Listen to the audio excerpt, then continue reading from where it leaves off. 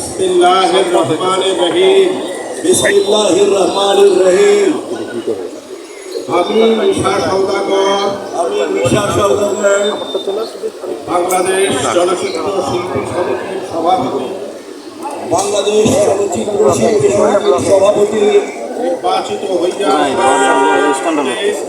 নির্বাচিত হইয়া সশ্রদ্ধ চিত্তে শপথ করিতেছি যে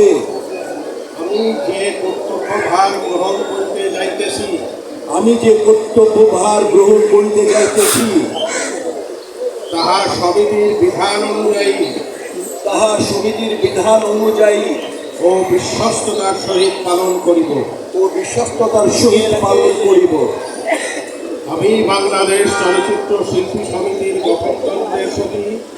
আমি বাংলাদেশ চলচ্চিত্র শিল্পী সমিতির গঠনতন্ত্রের প্রতি বিশ্বাস ও আনুগত্য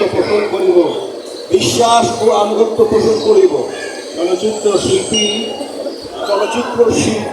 চলচ্চিত্র শিল্পের স্বার্থ